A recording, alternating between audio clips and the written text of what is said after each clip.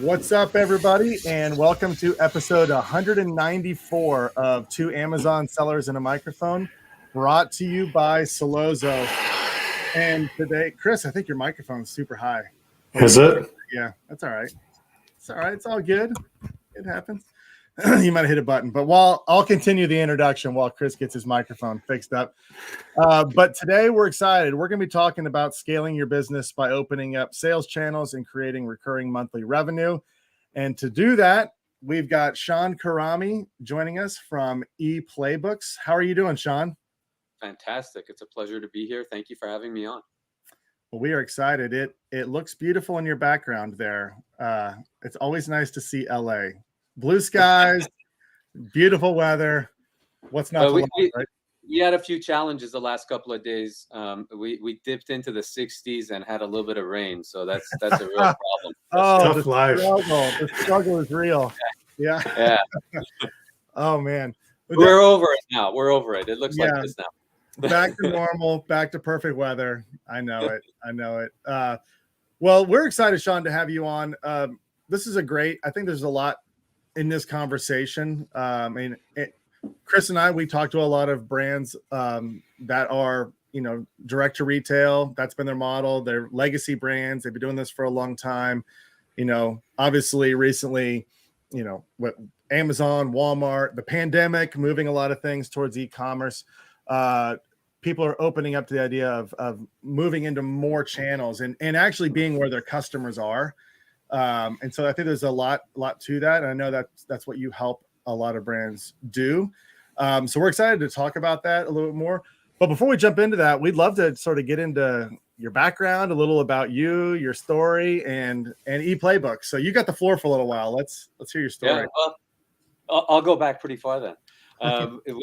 So, I'm a serial entrepreneur. I've started over a dozen businesses from the ground up, with me being employee one, and then developed them into 8- and 9-figure revenue businesses. Not all of them by any means. I've had plenty of failures, which as time allows and the subject allows, I'm happy to talk about, because I think those are just as important as successes. Oh, yeah. But I started when I was a teenager, when I was 16 years old. And it was really by accident when I first started my own business.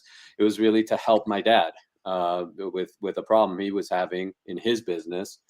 And it ended up being a business that had other customers, because my dad ended up saying, "Oh, you know what? My friends have the same problem.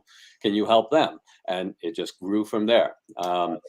I was always a firm believer in formal education, even though I don't think it is at all necessary to be successful in life or in business. But I kind of like that cramming of information into my head, because I have to get an overview, even if it's theoretical, of something before I can really understand it.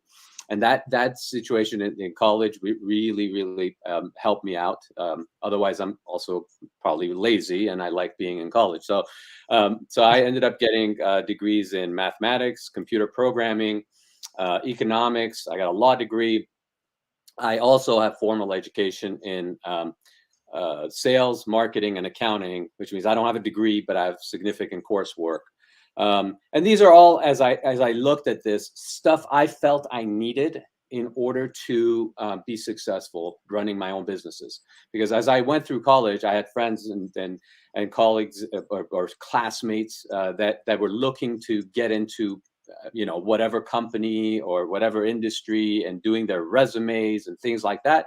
I was never interested in that. I was always focused on, okay, I'm going to do my own thing. I don't know why, but that's just the way I thought. Just in the past year, as I came to a realization, I told my wife, I haven't ever done a resume, ever. I've never had a job at a company that I haven't been at least a co-owner in. I've never received a W-2 from a company that I haven't been an owner in. That comes with certain advantages, but certain disadvantages as well. And we may end up discussing those.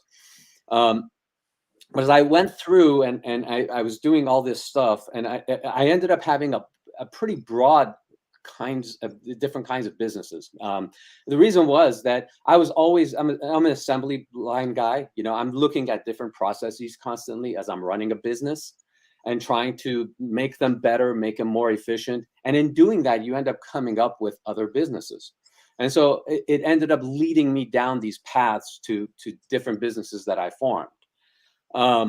So, you know, over time, I turned to my wife and I said, you know, what I really love is this journey of going from being employee one to having a healthy, small or medium-sized business with hundreds or thousands of employees, that has, you know, a healthy revenue stream. It's doing all this stuff. It's functioning. It's hitting on all pistons. And I found that to be the most challenging time of a business, right? Because once it grows past that, you have so many stakeholders and so many different things going on that there are all these other forces that are propping the business up and helping it succeed. Where as a small business, you're kind of alone, you know, you don't have that, you know, and to me, that's part of the reason they fail at such a greater rate. And so I found that challenge to be particularly something I like. So over time, I formed ePlaybooks, and I said, you know, that's what I want to do. But the way our sweet spot, I was you know, before the show, I was telling you, our sweet spot really is teaming up with a smaller, medium-sized business, and forming a joint venture and helping them open up sales channels and revenues and have a reliable revenue stream, become a healthier business. And most of the time, if we get involved with a business, we take the risk with the business. That's what I mean by joint venturing. We take the risk with them, and we take you know, what we create. So we take from what we create. So meaning that if we're not successful in doing what we're doing, we're not going to be, you know, sitting there just charging up money. I never believed in that, and so that's in very short order. That's how I ended up from, you know, going from 16 years old to being here, where I'm running several different companies. And you know, it's funny, during this time, one thing that also led me to this path was that family and friends of family and friends of friends kept coming to me, sometimes because of the successes, but also because of some, you know, they got into whatever trouble, right? Their business got into whatever trouble, and they say, oh, you know what, this happened to you. You know, and I always tell people, you know, whatever a small or medium-sized business has faced, I probably have been there myself personally.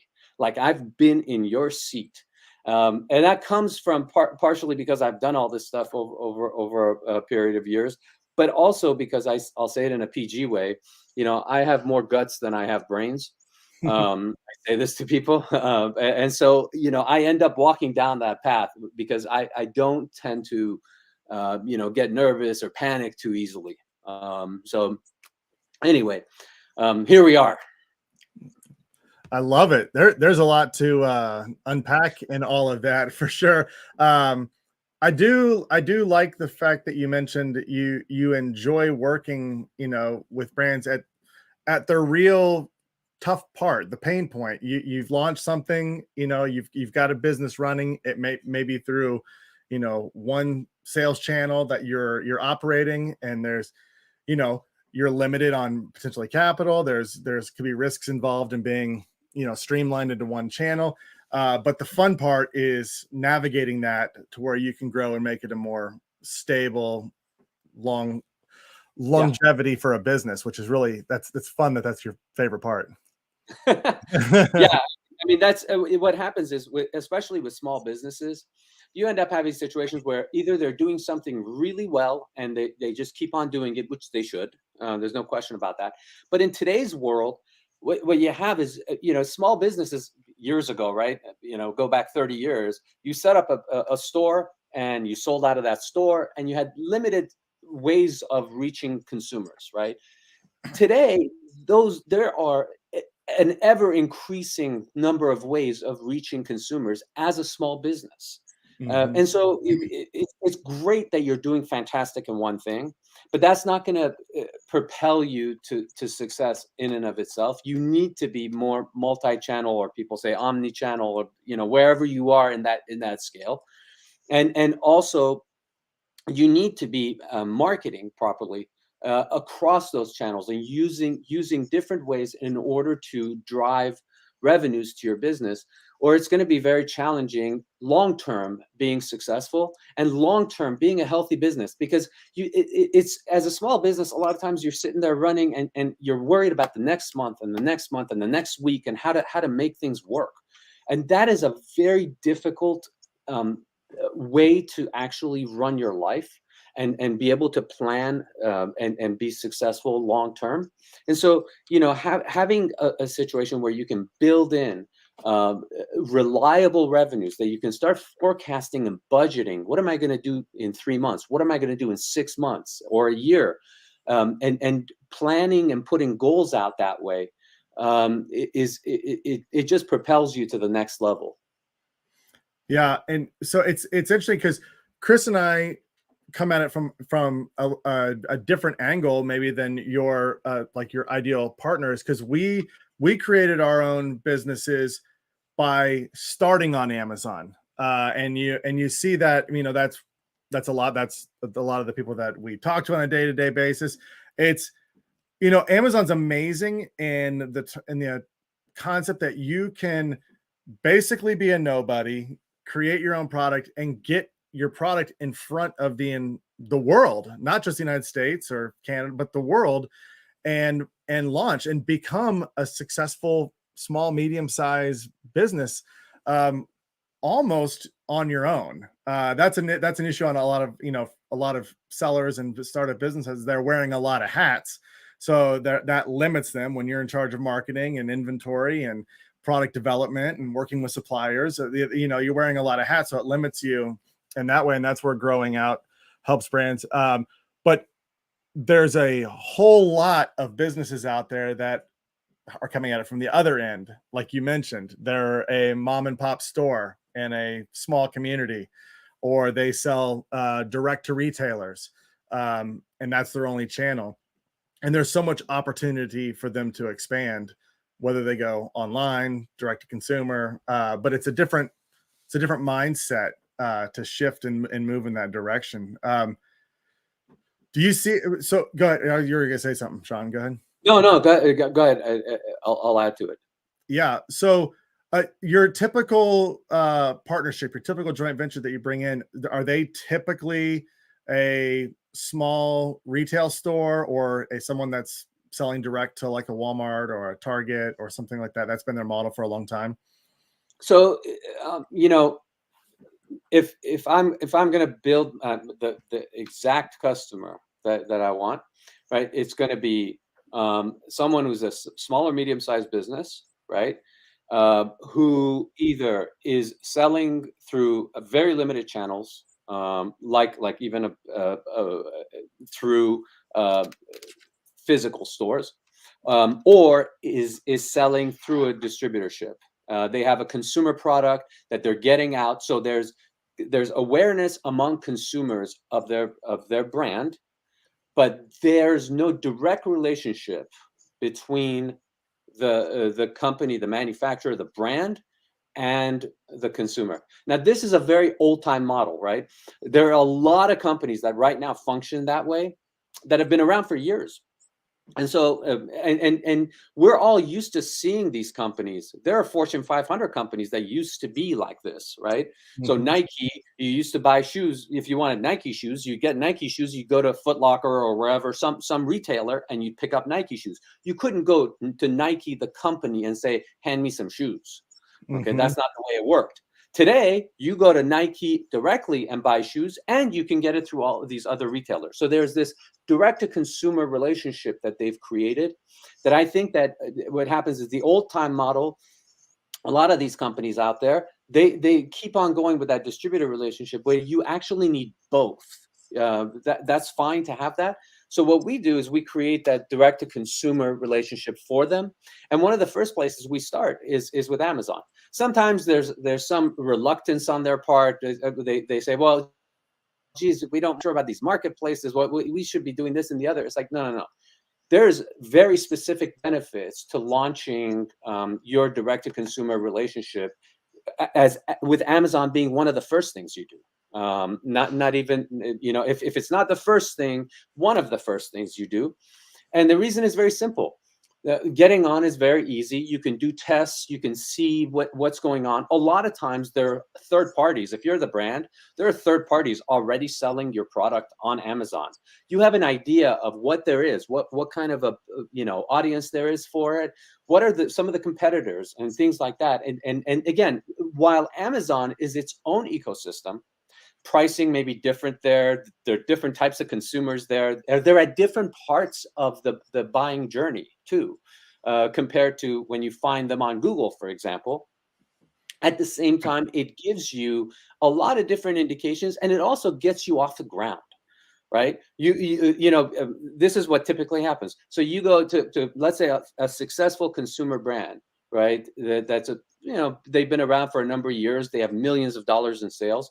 But they're doing it the other way. They're doing it through the distributor network. What happens is you can go to their warehouse and they'll say, oh yeah, so we'll just start selling to consumers. No, you won't. No, you absolutely won't. And you better not. And you better not even put up a website selling directly to consumers. Not today. And you have to walk them through the process, because you say, okay, so I'll be Mr. Consumer to you. Okay, here I go. I want one of those. I want a packet of this. I want a jar of that, and no. I'm not buying every 2 weeks, and I'm not waiting 2 weeks to get it. I want it today. Mm-hmm. Send it to me. Have just go have them go get it for me. Have someone at your warehouse. I'm sitting right here. Go get it for me, and then they begin to understand that. Oh, okay. Now let's say you're real successful at this, Mr. Brand. Now you're going to have 1,000 orders to fill like this, or 1,000,000 orders that, if you're really good at it, 1,000,000 to fill like this, and tell me how you do it. So you don't have the logistics to do it. You don't have the people to do it. And at the same time, if you put up anything saying, okay, here, come by, very immediately what's going to happen is you're going to have if you're successful getting people like traffic over there, you're going to have a whole lot of real dissatisfied people saying, this company can't deliver anything to me. Now, so getting a company to understand, number one, this is not going to be that easy. Number two, we can build a team together and get this done is very important. And that's why you kind of have to walk them through that and say, okay, the first thing we're going to need to do is, if you're not going to build this whole warehouse system in-house, we're going to need to get you somebody else to do the logistics. Okay, if you're going to sell on Amazon, we recommend using FBA, right? Fulfillment by Amazon, right? Because there are certain advantages you get there. There's certain disadvantages you get there, but there are certain advantages you get there as well. And they're crucial to you being able to sell to the consumer. And so you kind of ease yourself into this relationship where people say, oh, okay, now I'm buying directly from the brand. And the brand is also getting used to, okay, this is how it kind of works. And at the same time, you're creating sales, you're creating profits, and you start walking them through this process, and then opening up different sales channels. And you had actually someone on recently, Derek Vidal. I'm actually talking to him. I have a call set up with him on Monday. But you kind of look at how you can market these things. At first you're marketing, the different marketing you can do that's on platform, then cross channels and all of these things, and how you can drive traffic to different places. You start developing a muscle with the company and pushing them into being successful one step at a time. A lot of our listeners are just on Amazon themselves. Like they just do Amazon, they just do Shopify, and they maybe do a little bit of Walmart, right? But Yeah. I just got back from a conference, and something that was like kind of like the shiny object was distributors, like trying to get into distribution and trying to take your, e-commerce brand only and trying to get it into retail stores through a distributor. But I'm not like, I didn't know enough about the process of like what that looks like. Do you have to give them wholesale pricing? Why would that be why is that an attractive offer? Like to get into a distributor so your product gets into retail? What are the difference between you controlling all the logistics and then just selling your product to somebody who's going to distribute all over the states? Well, one is the attraction, for example, for a company that's developing that distributor network, is this. It's basically selling in bulk, and selling on a schedule, right? The consumer kind of says, "Oh, geez, today I'm out of this, or I want to cook tacos today. Here, I'm going to go and grab all these things." Consumers aren't as predictable that way. Although, by the way, if we get a chance, we'll talk about how you can actually get them on a schedule, right? But with a distributor network, what gets them real comfortable is, oh, geez, okay, I'm just sending pallets of stuff. And every 2 weeks, every month, they come and say, boom. And there's this thing where I get to prepare, put things together, and then ship them out. And I don't have to worry about dealing with all the logistics of running any sort of a store, whether it's online or brick and mortar. Right? I don't need that kind of infrastructure. I don't need to sit there and try to retail people, try to get into the mind of the consumer. Although they still have to do that. They think they don't. And so they find that to be a lot easier. By the way, you get a company that's doing that, and you say, "Hey, let's go develop a direct-to-consumer relationship." And I always say, sorry, I'm gonna compare it to being on drugs.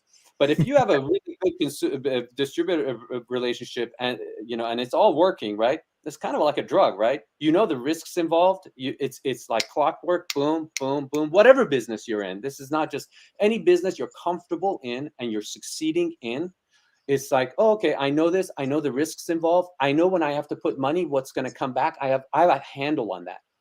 On the other thing, during that meeting, when you're telling them you don't know what's coming, you don't know you don't know about the consumer relationship, when you're telling them your logistics aren't there, they suddenly go, "Oh, geez, maybe I don't want to get into this because I don't understand the risks, and you want me to put all this money into this?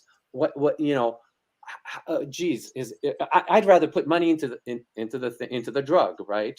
And so you have this conversation with them where, yeah, you're comfortable in this, you have this drug, but that's not going to be there forever, and it's very easy to destabilize for you, and so you need this other relationship.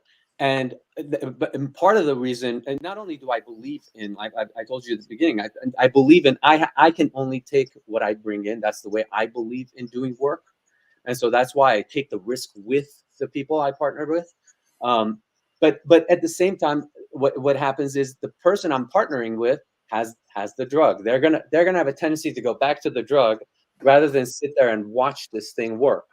So part of the incentive for me to say, let me take the risk with you. Let me only get paid out of actually what I create, is also to de-risk it in their minds and say, okay, you know what, this is something I want to try, and push through. And if I'm successful, then they go, wow, this is a great thing, and this is a great addition.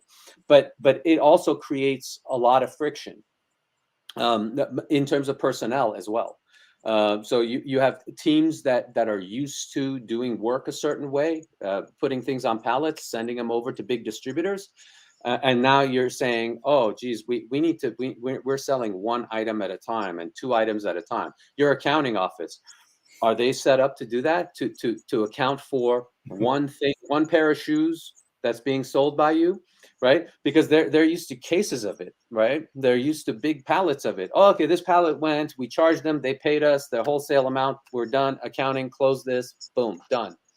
Now you're sending, okay, take one out of this case and send it out there, and take, or however way you're doing it. So it presents all these challenges and creates various degrees of resentment among your team members too. So you have to be prepared, and you have to when you're doing this, you have to be able to, you know, create it in a way that lessens these things, that actually pushes the businesses forward without creating all kinds of internal issues for you as well.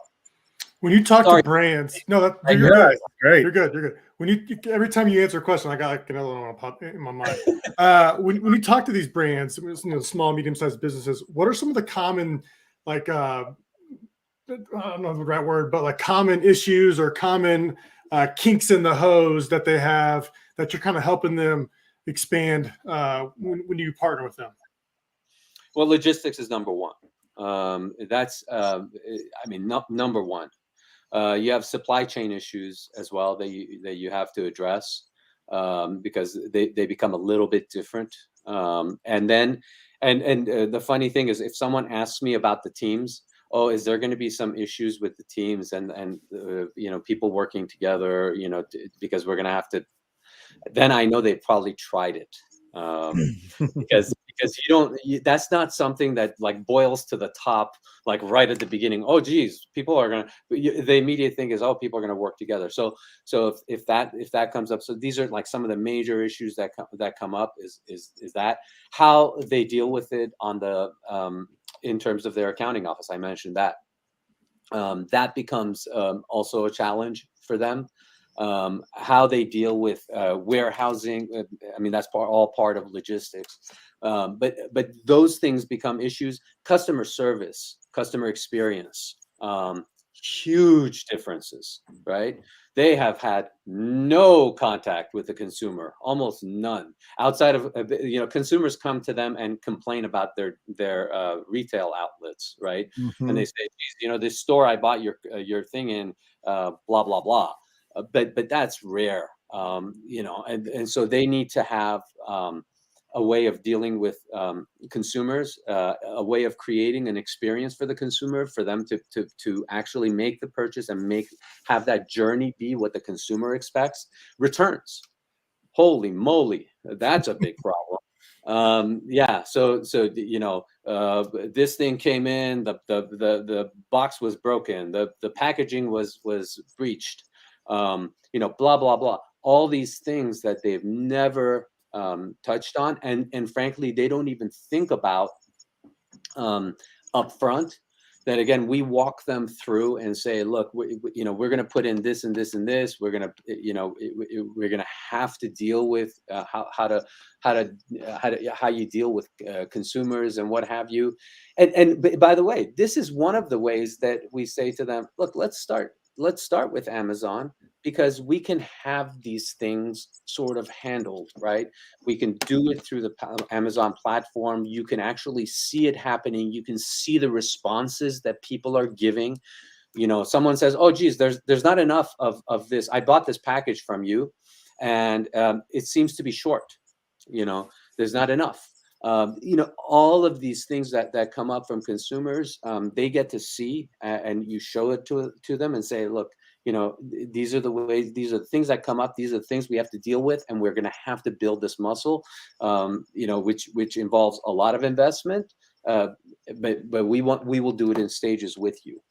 When you partner up with these small medium brands, are you physically like you and your team? Do you physically go to their location and like run through the process of how an item gets ordered and how it gets packaged and how it gets shipped out, or is it more of just like a consultant? Like they come to you and say, "Here's how we kind of do things," and you just give your input, or are you going to these places and like throwing in your processes? I personally actually go to every single one. Wow. Look, if for like I said, our sweet spot is a certain thing, and that requires that we actually get involved with relatively few brands, because we actually create an entire business unit, and so Yeah, I physically go. I want to actually see. Okay, so what happens with this? What happens with that? Show me, walk me through, and show me. And I physically will see it, and I want to see it. What happens on their software? Whatever platform they're running it on. What is it that you're using? I want to see all of those things because those people that are doing the work, you know, they're used to a certain thing. And unless you know exactly what they're used to and how they're trained and where they're coming from, you're not going to be able to successfully, or you're going to have huge roadblocks in transitioning the company to where you need it to be. So a lot of times you're dealing obviously with people who started a business, and then they brought in, oh, such and such person I knew from a different job I had, right? They're not necessarily specialists at this thing that they're doing, right? They knew each other and say, hey, you want to work on this thing? Hey, you want to partner up on this thing? That's how it started. And so a lot of the long-term people that are there are people that are, one, very close family, like they're kind of like family, right? Together, not even if they're not related, in fact, right? And so they believe in each other, but they're not particularly skilled at that thing that they're doing. They're not the specialists that you'd expect. And you have to both respect that relationship between the people and also understand that, your expectation from this person may have been just a person that learned how to run this software. That's it. And if you are doing something else, they'll just shut down on you. And now you have someone who's a close knit, like part of a close knit group that you are frustrating, and you don't want to be doing that. So you want to be very mindful of these relationships. This is something that actually came up on Monday on a call I was on with a joint venture just like this, and it's somebody from the sales side is having issues with something that's happening, and it's, again, you have this long-term employee who's high up in the company, who then now we're dealing with someone who's frustrated, who I have to go and say, no, let's understand the process. Let's figure this out. We may not be communicating properly. We may not be putting people properly in the loop, and then, move on from there. It's so interesting. I really love this conversation because we have a lot of conversations that are similar to this. People testing the waters, that they feel the push. They've got to go more omni-channel from what they've been doing. And once they start exploring it, they're like that they encounter so many things, so much pushback to their mentality. I feel like it's like we're not equipped to like you said, handle customer service. We're not equipped to take tons of customer feedback and maybe even like modify our product to create a better product for them. And just if you just took Amazon alone, the number of different skill sets that you have to successfully manage a brand on Amazon, you're talking about advertising expertise, which is super complex. You're talking about SEO. These businesses never even heard the word SEO before in terms of what they're trying to do. And, presenting the product in the right way. There's so much, and I wanted to touch on one thing you said before, because you're talking about, you mentioned to these brands, you're like, hey, third-party sellers are already selling your products anyway on Amazon. Hello everybody, I'm one of those people. I will do that. If there's an opportunity to sell another product on Amazon, then you can do that. But the issue is they're not representing your brand very well on Amazon. They could be putting up very bad listings. They could be, putting the wrong size in there. All kinds of things can happen where it reflects poorly on your brand. And for no other reason other than that, that's why you should be getting on other channels, is to control your brand's narrative and the service to your customers. Yeah, that's funny that you should say that. That is an exact thing that an exact conversation that I have over and over. And the funny thing is, you have all these third-party sellers that are experienced sellers. So if you look at the number of products they're selling on Amazon and various marketplaces, it's a pretty big list. and a pretty broad number of brands. But then you see them as they're working through the marketplace, and it seems like they're just putting up stuff, and they're hoping it sells, hoping it sells, hoping it sells. And it's just, oh, let me get one more brand and one more product and one more thing, and they're just putting it out. So the cleanup that we have to do when we actually get on Amazon, it takes a great deal of time. I've had situations where I've gotten involved with brands, and sometimes they don't want to tell you what's happening, or you know, you don't get the full story. You get on and you're like, well, do you have an Amazon? Oh yeah, we kind of started that, but then we said, nah, you know, we didn't continue it. And you get on, somebody's got them, you know, suspended or suppressed. You know, their listings suppressed. There's all kinds of stuff happening. There's listings that have been suspended because of, for example, sanctions. They have a product that they at one point could market, that they were bringing in from someplace, and now there's sanctions. And by the way, you know, that's maybe particularly relevant to some people with the Ukraine conflict right now, right? Mhm. You know, helping them through that, sourcing different products. They'll discontinue products because of something like that. Really profitable products that are selling very well. It's just you know, walking them through that process. But at this, and meanwhile, what happens is you'll see product listings on all these platforms, Amazon, and I love talking about Amazon because you'll see stuff where the product picture, they'll have one picture, and you sit there and go, I can't even imagine as a consumer purchasing this stuff, whatever it is that this is, you know, Mhm. because it's such a horrible picture. It's like, who's marketing this? Like, what is going on? And then you look at, you know, the keywords they've used, you know, whether they've made any, I'm talking about the third party sellers, whether they've made any effort to market this product, what kind of sales they've had. And you see, you know, the kind of walk that to them, to your brand, and say, look, this is one of your products. This is on Amazon. Here's what it is. Okay. And I don't know how that person is doing business, the person that created this product page and this and the other, but is this how you want your brand represented? At the very least, let's go take this thing over and fix it up. Let's register your brand with Amazon, right? And Mm. let's actually fix up these product pages, even if we're not directly going to sell the product. You know, it just fix up the product pages. So we walk through, we fix up the product pages, we put up a storefront.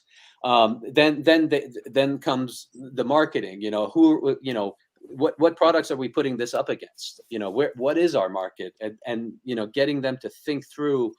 You know, these are the things we're doing. You're welcome to do it yourself, but I don't think you'll want to. You know, but a lot of sellers, what I've noticed in the time doing this, is a lot of sellers don't put in any time on this. They just, you know, it is, look, that beginning thing of, okay, can I put a product up? Yeah, that's kind of easy. You can do it. But then can I successfully sell it? And am I really doing everything I need to be doing? There's a lot there. There's a lot there. And so, you know, those are the things a lot of sellers don't do. And at least when we're talking to brands, we like to do that. Now, you're not going to like something I say, which is okay. If we're going to be marketing this brand on Amazon, I want a MAP policy, and I want to limit the number of people that are on Amazon. Even though you really, you know, it's very difficult to do, no question. But I'm going to want to limit that. And so, geez, I didn't turn off my phone. Sorry, fix that. But I'm going to want to limit that. But that's part of also, again, that situation where you want people, even if you're going to have third-party sellers, you want people who take care and sell the product right, and make sure that they're doing the things right, and the price, you know, they're looking at pricing, they know what they're doing. And then, for example, a lot of times this happens. There's no image bank. You know, aside from the pictures that are up there on Amazon that we have to correct, I always say, look, you know, we need an image bank. We need videos. We need images, and you need to tell your customers that you have these things, and you're providing it to them for free. But these are all that they are going to use. But if you do a good enough job of creating that, it's just this resource. They go, oh yeah, I want that image. I want that image, you know, and they start using it. So, you know, we do a lot of work in that way. Right now, actually, we have a storefront that's you know, going up, that we created all these videos and various things for, to actually create it. And so it's launching, I believe Friday, one of them. But yeah, a lot of these things, they just fall by the wayside when you're dealing with some brands.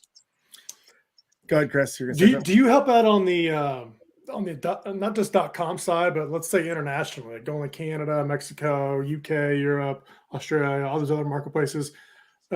If you're working with a brand and they're not in those marketplaces, I'm sure .com is obviously the most attractive, obviously because of all the demand. But is there a certain time where, like, you may check out other marketplaces for a particular product? You know, we have done that. I like concentrating in the U.S. And first building out something there before we start doing that. A lot of brands, they'll come to you and say, "Oh yeah, we're doing great in the U.S. We want to do this other stuff," you know, and you just sit there and say, "Wait a minute. You really think you've saturated the entire U.S. market? Like you've cornered the thing and you've done everything you can." First let's grow this thing and then start going, you know, and going to other places, because you know, getting into other marketplaces and other countries altogether, that's not an easy thing to do. You know, you get into you get into whatever country you want to go into. Mexico, you know, Amazon's suddenly not the biggest marketplace there. Right? You want to, you know, it's not just China that they have other marketplaces. All these countries, you know, there's a lot of countries that have marketplaces, and those marketplaces that are local there are a lot more popular. They're trusted more than Amazon, and you know, for whatever reason. And so you know, it's not just as easy as saying, okay, open up Amazon. You know, yeah, Amazon sells to 188 countries and blah blah blah. Yeah, great, we'll do that in time, but let's figure out what we're doing here in the U.S. first, and then we'll go there. But we have, particularly with apparel, people when they launch an apparel brand, I don't know what, you know, I haven't really gotten into what the mentality, what the psyche is with that. But the immediate thought is, oh yeah, I'm going to sell to, you know, the whole world. You know, the whole earth is my oyster, and here I go. And I don't think that's the right way to just launch it as a small business again. Not, you know, I'm not talking about Fortune 500 company. I'm talking about small business. You know, immediately, oh yeah, I want to sell here, I want to sell there. And it's like, you're going to have a lot of problems, you know, starting with shipping. But also you're importing stuff. Are you, or what's happening? Are you importing stuff into the country?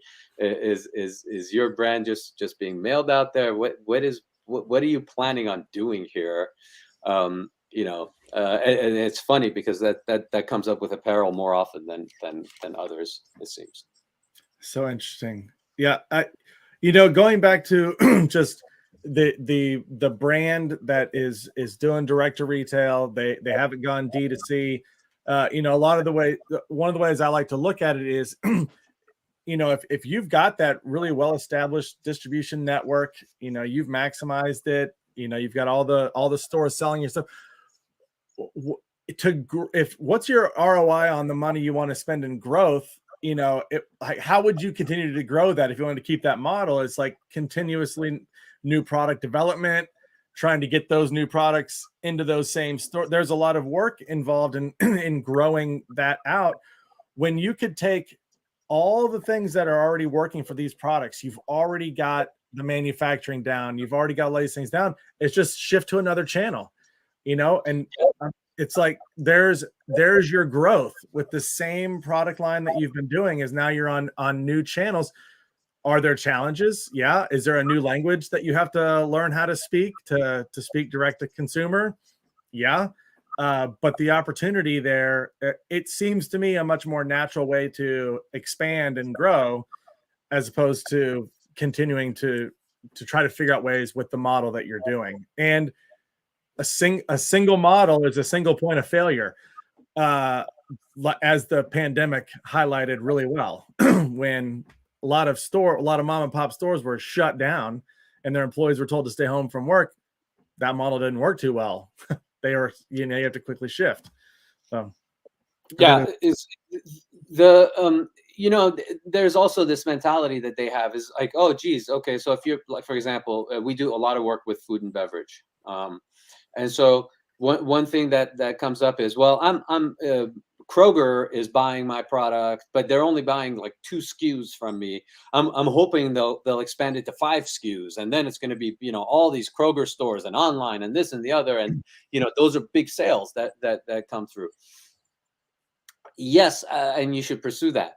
There is no reason why you can't pursue this other thing, especially when we joint venture together, where we are putting in a lot of the team, a lot of the risk, and we're pushing, and we're just completely opening up a whole other thing that you didn't. There's more than one brand that we've started working with over the past couple of months, where we've said to them, hey, look, on Amazon, they're selling 10 million bucks a year of your product. That's happening. That's happening. So now, we feel we can get a good 5 to 7 million of that captured for you at retail, rather than you selling to whoever you're selling wholesale. How about that? And then we can grow from there. Because what these, and we walk them through exactly what you were saying. Your product pages on there are frankly embarrassing. I can't believe this product is selling at 10 million bucks, with, or this brand is selling at 10 million bucks. And these are the kinds of product pages, you have. Imagine what we could do if we did it right. Right. And so that's happening, and you can take a big piece of that market as a brand. It helps them understand there's this whole other world. I always, I have kids, and I talk about things that are below the tree line and things that are above the tree line. In forests, right? There's an entire ecosystem that's above the tree line, and things below the tree line don't know there's that stuff all the way above the tree line, and vice versa. They don't mix. It's 2 different worlds. And I do that with the kids too. Things you put above the tree line, so the kid never knows it exists, and then things below the tree line. And I think that's part of what it is. It's like, this is kind of above the tree line. You're in this forest and you're working, but you don't know there's this entire world up there that you can have access to that you don't. So we want to open that up, and then as we start opening it up, then they go, oh wow, this is good. This is good. We can do this.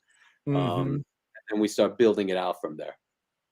And it's a process. The example that you gave, okay, your product is selling $10 million on Amazon already that you're not aware of. And a lot of times that's a result. That's because people are going there searching specifically for that product because they like it, but they don't want to buy it from the retail store that's 20 miles down the road. They want it delivered to them tomorrow for free. Yeah. Well, as soon as you tackle that and you clean that up, not only are you now presenting a better image to your buyers and your consumers, and you're representing your brand better, but now you start getting people that are not searching specifically for you, but searching for your category and your niche. And now you're a product that's positioned a lot better, and it just continues to grow from there. I think it's eye-opening for a lot of brands when they see those numbers. Yeah, it's funny. We walk them through and we say sort of like, oh yeah, so what they're doing is the way that they're doing this, they're not positioning this product right. Aside from the fact that it probably can't compete with other products in this category because of the way it's being presented, they're not positioning it at all. So this is just by the grace of God they're going. They're just sitting there putting it up, and they're saying, oh, hopefully someone will find us and buy it. And then as we start selling, we show them, we say, hey, look, you know, before this much of this SKU was being sold, and within whatever 4 months, 5 months, we're already selling this much of it. And that's because we are positioning it properly, and because there's the market for your product, where people are finding your product particularly, right? And then there is other people within that category, the market for that category of products. And then how do you position them against things that are similar or things that are alternatives? And then how do you, there's subscriptions you can build in there, there's variety packs, and start bundling things. And you know, you start putting all of those things together where you're now selling, oh geez, there's a 3-pack I want to do, there's a, you know, you have, you know, 3 flavors of this thing, and you know, you can put it in a 3-pack and sell it and get people to start buying those things. And then putting, like I mentioned, subscription, you know, subscription plans to me are a gift that wasn't there before for small businesses. You know, and so you have to look at, okay, what products do I have? Do I want to offer something like this, where I become essentially a credit card machine, right? Every month I'm charging certain consumers, like, you know, it's just a credit card machine. I'm just running it through. And so, you know, you start, you know, introducing them to that. You know, it's a whole different world. I love it. We're running up against time here, but I feel like we could go down a lot of rabbit holes with this for sure. But before we jump in, you know, there's going to be a lot of small brands listening to this. There's going to be people that are listening because they have this brand and they're curious about the Amazon angle, and they're trying to learn, you know, how to sell better on Amazon. But I'm sure this conversation piqued their interest. So anybody who's interested in having a more in-depth conversation with you, or just to get to know, well, what your partnerships look like, how can they contact you or reach out to you? Well, they can go to our website, ePlaybooiks.com. There's also, I made it easy because my last name isn't particularly easy to spell. So connect with Shawn.com. It'll take you to a different website, but also you'll get to contact me. And Shawn is SHAWN. Also, for your particular audience, what we offer, one, I'm happy to consult with them at no charge, you know, and do kind of a back of the napkin thing, plan for them, that if they want, they can implement that, or if they want to, you know, to work with us, that's fine too. Either way is fine.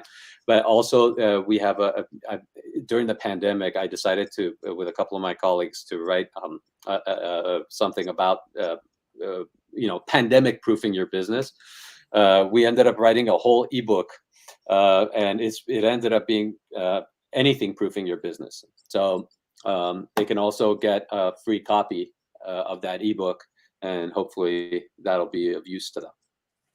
That's fantastic. Yeah, well, we'll make sure all those links are in the description for this, everywhere that this gets posted. So you guys will have that information, so you can connect with Shawn.com and then start that conversation. Shawn, we really appreciate it. We'll get you back on sometime in the future. We'll go down some more of these rabbit holes that we can jump down. It's always fun to talk to, but we really appreciate your time and all of the great knowledge and insights that you provided. So everybody, it's been an absolute pleasure, and I'm happy to come back anytime you guys want me on. Appreciate it. We really enjoyed it. It was a blast. So thanks everyone for tuning in today. If you like content like this, make sure that you're subscribing to our podcast on whatever platform you listen to podcasts on. We're on all of them. You can also see our live streams or any of the recordings of previous guests that we've had on. You can see that on all of Solozo's social channels, Facebook, LinkedIn, YouTube. You can find them all there. Also, if you've currently taken a leap and you've moved your business onto Amazon and advertising is a struggle for you, we can help you out there. Solozo is a platform that can help optimize and automate your advertising on Amazon for you. You can go to Solozo.com and book a demo. We'll show you all about how our platform can help you manage your advertising on Amazon. All right, everybody, that was a ton of fun, and we will see you next